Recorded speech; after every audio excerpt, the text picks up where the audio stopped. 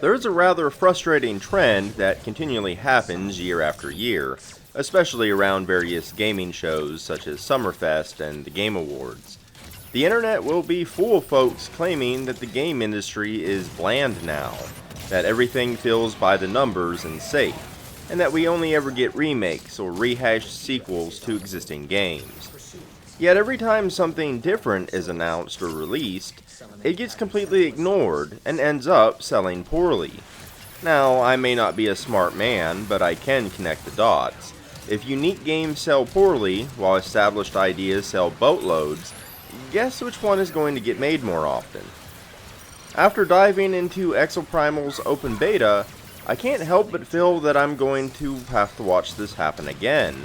Exoprimal is a damn fun game with a pretty unique concept. It borrows a lot of existing ideas but molds them into something that feels really novel. Sadly, people just don't seem to care. Exoprimal is a bunch of silly ideas executed brilliantly. You compete in a series of interdimensional war games run by a rogue AI.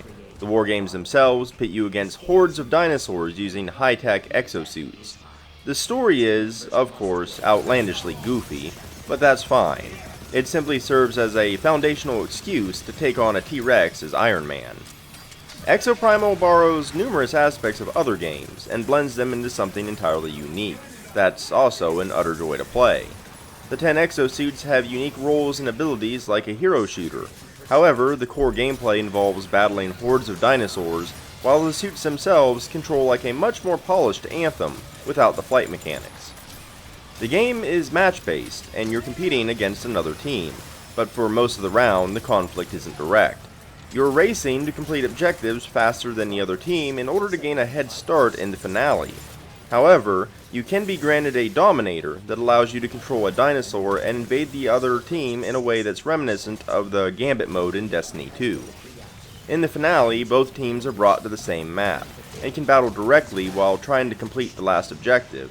You're still fighting hordes of dinosaurs, but must also contend with exo-on-exo combat that feels like a stellar combination of Anthem and Overwatch. Sometimes the game will even throw you a curveball and place all 10 players on the same team against an epic boss dinosaur. It's not any one piece that makes Exoprimal stand out. It's a combination of elements that come together and work in perfect unison that make the game feel as great as it does. The end result is something that feels familiar in places, but the overall experience is unlike anything that I've played before. Exoprimal executes a specific idea around the type of game it wants to be, and makes nearly all of its mechanics center on that focal point. That focal point is a competitive game where PvE meets PvP. For example, when you go down, your teammates have 15 seconds to pick you up before you respawn. In most cases, there's no limit to respawning, you just lose some time. If you were just fighting dinosaurs, that wouldn't work because you could never fail. However, since you are racing against another team, every second matters. It allows Exoprimal to have this respawn system where players get to keep playing and are never eliminated from the game, but there's also a ton of incentive to not go down, and for your teammates to pick you up. Teamwork is a really big part of the game, but the way the exosuits and objectives are designed makes utilizing teamwork straightforward, even when playing with randoms. Each exosuit is unique, but falls into one of three categories, between assault, tank, and support. A well-balanced team is obviously ideal, and the game alerts you when you're missing a role. You can, however, switch between suits in the middle of the game as needed, and you can equip rigs to help fill weak spots. For example, a melee tank can equip a long-range laser, or you could throw a healing beacon onto an assault. It also helps that all the exosuits are fun to play, regardless of the role, and have their own strengths, weaknesses, and counters. A tank exo, called Roadblock, can protect the team with a shield. Since you can shoot through the shield, common sense dictates that the assault exosuits can fire from behind him. At the same time, Roadblock is no slouch. In addition to having a strong melee attack, he can do a shield bash that will destroy weaker dinosaurs that have piled up on him, or shove back others, such as the exploding gas neosaurs. The objectives shuffle you into ideal spots to work together, utilizing choke points in situations where different team members shine. Yet there's also a higher skill ceiling for players teaming up with friends to execute more precise tactics. It works so well that the Exoprimal Beta was one of few class-based games where I got to play Assault an equal amount of time that I played Tank or Support. The game makes playing those classes attractive enough that randoms often chose them independently, whereas I normally have to fill in the holes when matchmaking. Now, some idiot can always do something dumb that makes your team perform worse, but the tight-knit design of the gameplay loop made that a pretty rare occurrence, and that in itself is an incredible achievement. I also never really felt shorted when a player left and a bot had to take over. The bots knew how to play their roles really well, which is something you rarely encounter in a competitive setting. It helps that the entire game just feels good in your hands. The way the dinosaurs move looks incredible, and the game will pile an absurd number of raptors on you at one time. I played the beta on Xbox Series X, and never ran into even a little bit of slowdown, despite the amount of stuff happening on screen. The bigger dinosaurs feel like miniature Monster Hunter fights, as they can be staggered or knocked over.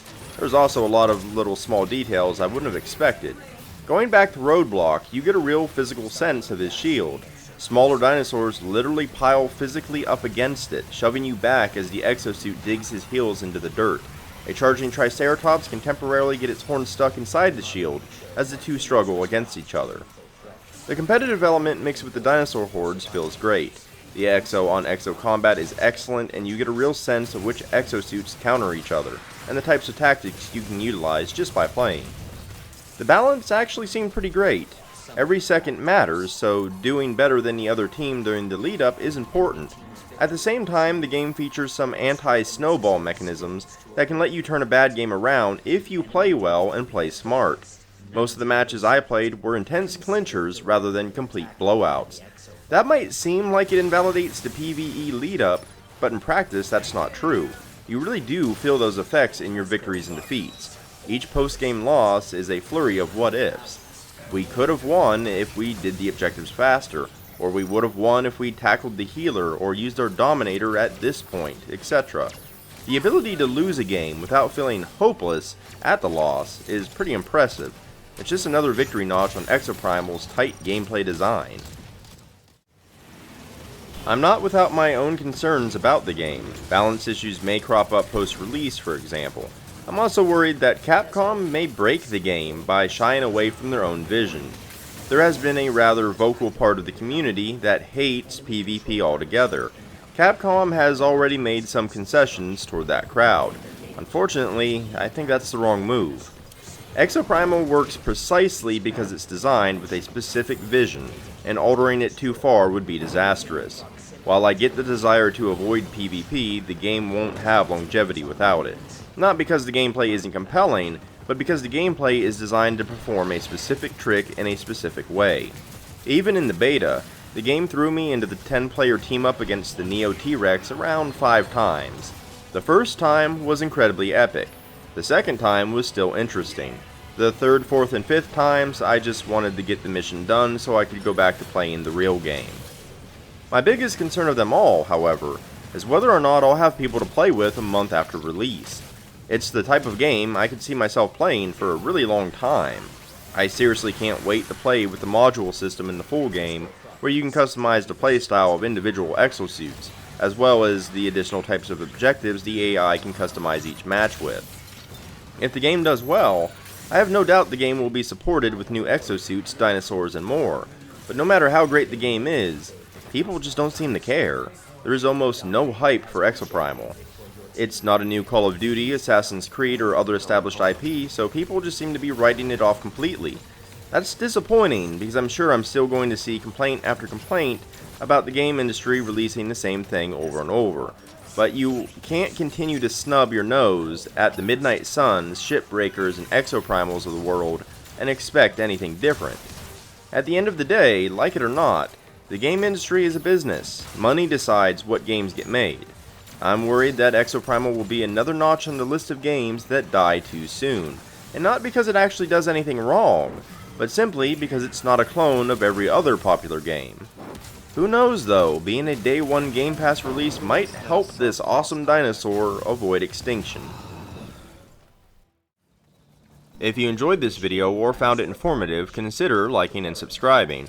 It really helps me out a great deal and boosts my visibility on YouTube. I've also left several links down in the description below, including to my website, where you can find the bulk of my written content, but also to my Twitter, Patreon, Ko-fi, and more. But in any case, thanks for watching, and until next time.